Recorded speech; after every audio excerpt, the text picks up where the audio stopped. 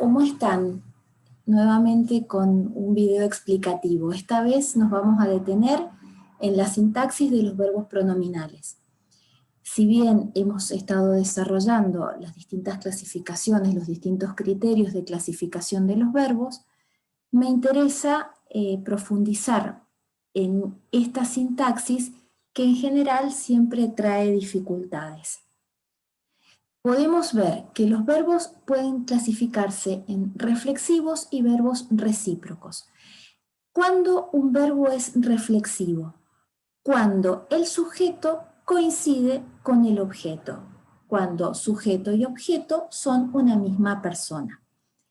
Por ejemplo, si decimos Juan se lava, o Juan se lava la cara, el sujeto es Juan, y el objeto de esa acción es Juan. Juan se lava la cara a sí mismo. Ya veremos en unos ejemplos posteriormente este tipo de oraciones. Todos los verbos reflexivos son pronominales, pero no todos los verbos pronominales son verbos reflexivos. Por ejemplo, si decimos María se queja, María es el sujeto, pero ese pronombre se no hace referencia a ella misma en cuanto objeto de la acción. Por eso decimos que ese verbo no es reflexivo. Entonces, veamos en primer lugar los verbos reflejos. ¿Qué funciones sintácticas pueden cumplir? ¿La de objeto directo o la de objeto indirecto? En las primeras, segunda y tercera persona del singular y del plural, es decir, me, te, se, nos. Además, los verbos reflejos admiten refuerzo. Por ejemplo, si decimos Ana se peina, la acción es peinar, el verbo es peinar, el sujeto de esa acción es Ana, y quien recibe la acción de peinarse también es Ana. Entonces, ese pronombre se es un objeto directo. ¿Cómo descubrimos que es objeto directo o bien objeto indirecto, como veremos en el ejemplo posterior? Porque admite el refuerzo a sí misma. Ana se peina a sí misma. Si dijéramos Ana se peina los rulos, peinar es un verbo transitivo, por lo tanto exige la presencia de un objeto directo, los rulos, y Ana se peina los rulos a ella misma, por lo tanto el pronombre se cumple la función de objeto indirecto. Entonces, ¿por qué hablamos de verbos reflejos? Porque en los verbos reflejos el sujeto y el objeto coinciden. Similares son los verbos reflexivos.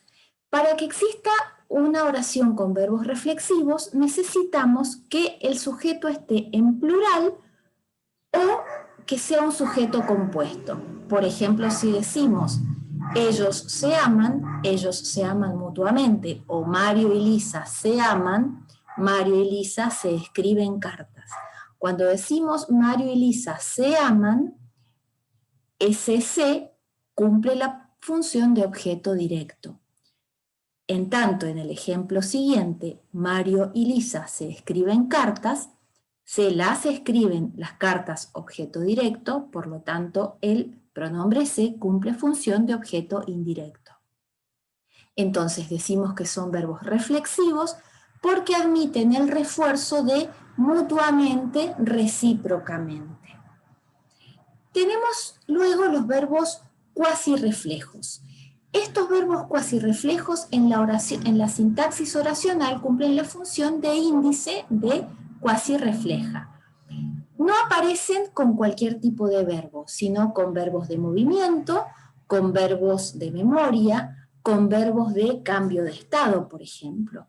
El hombre se sienta, yo me siento, vos te sentás. Es decir, tenemos todas las personas,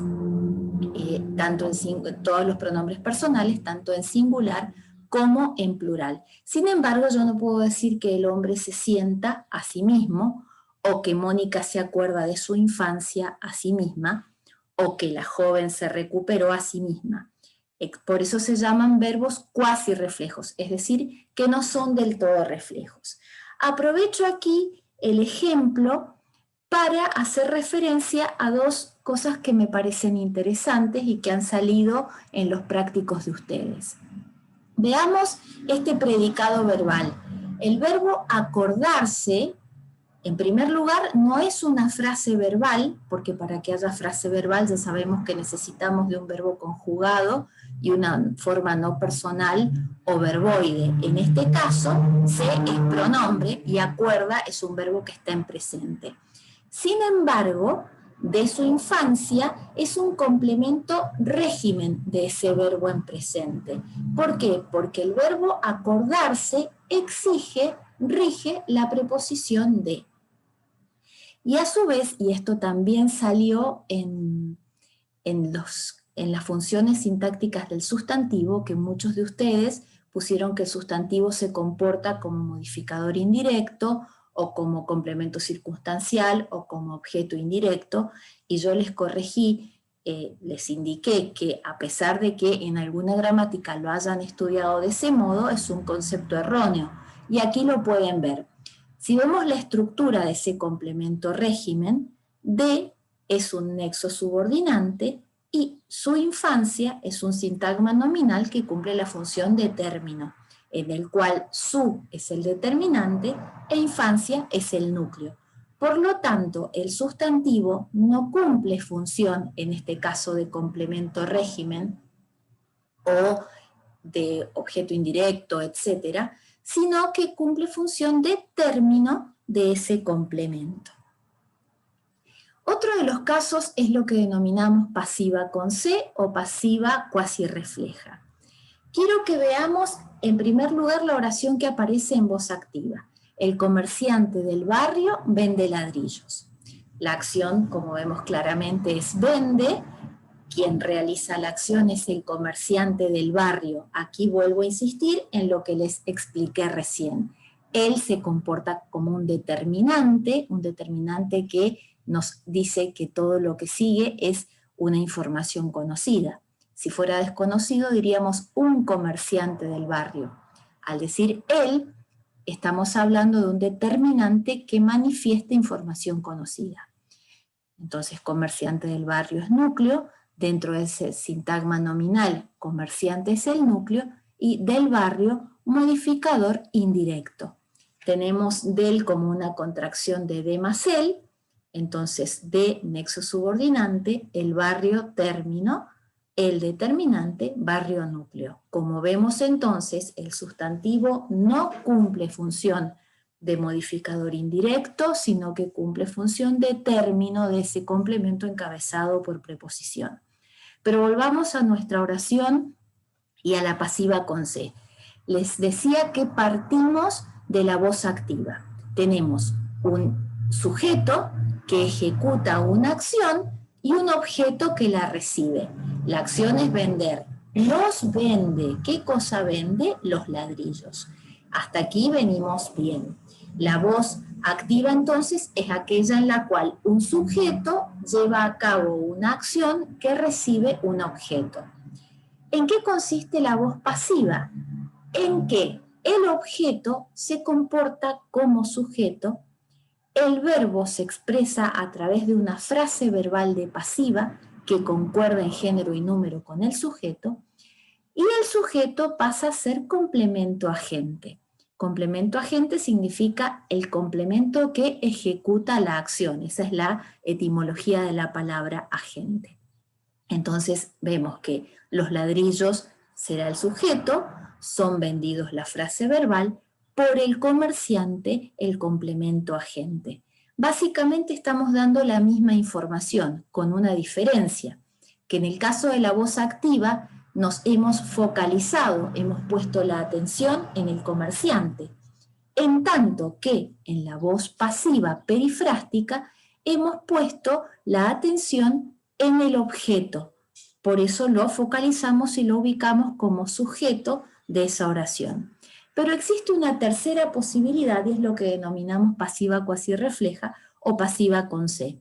Directamente omitimos el sujeto y nos centramos en la acción. Se venden ladrillos. Entonces, en esta oración hay concordancia. Los ladrillos son vendidos, podríamos decir. Si fuera uno solo, se vende un ladrillo. Pero aquí damos un paso más, y ¿quién de ustedes no ha visto alguna vez un cartel que diga se alquila departamentos? Eso está contemplado en la gramática descriptiva de la Real Academia Española, por eso a esta diapositiva le he puesto como título La lengua en uso. Y la gramática descriptiva, insisto en este término de descriptiva, ha observado que en América Latina es muy común que utilicemos la no concordancia, a lo que esta gramática la denomina pasiva no concertada. Muchos hemos visto, se vende lechones, se vende ladrillos, se alquila departamentos, vemos que el predicado está en singular, por ejemplo, y el sujeto, que ya no se comporta como sujeto, sino que se comporta como objeto, está en plural. Pasiva entonces concertada es aquella en la que hay concordancia, de manera que se venden sería el sujeto, el predicado y ladrillos el sujeto, en tanto que en la pasiva no concertada no tenemos concordancia, es decir, que es una oración que se asemeja a una impersonal. Finalmente llegamos a la impersonal con C. Aquí lo primero que debemos destacar es que es una oración unimembre. Y veamos que esa oración unimembre es un sintagma verbal, es decir, que su núcleo es un verbo. Recordemos que las oraciones unimembres no tienen sujeto y tampoco tienen predicado. Son distintas de aquellas que llamamos oraciones de sujeto tácito. Sabemos que la relación que existe entre el sujeto y el predicado es una relación de interdependencia. Por lo tanto, si no hay sujeto, tampoco hay predicado. Este es el caso. Si vemos este ejemplo, se trabajó con mucho esmero. No podemos reponer ningún sujeto, no podemos decir quién se trabajó. Por lo tanto, estamos ante una construcción verbal con los complementos propios de los verbos, en este caso un complemento circunstancial, y el se comportándose como índice de impersonal. Si vemos este complemento circunstancial, nos encontramos con el mismo ejemplo del complemento de régimen y del modificador indirecto. Con un nexo subordinante, mucho esmero es el término, mucho el modificador directo, y recién aquí aparece el sustantivo esmero, de manera que el sustantivo en este caso no se está comportando como complemento circunstancial, sino también como un término de complemento. Bien, eso es todo entonces con los verbos pronominales. Estaremos en contacto en otro video para explicar otros temas de sintaxis. Espero que estén muy bien.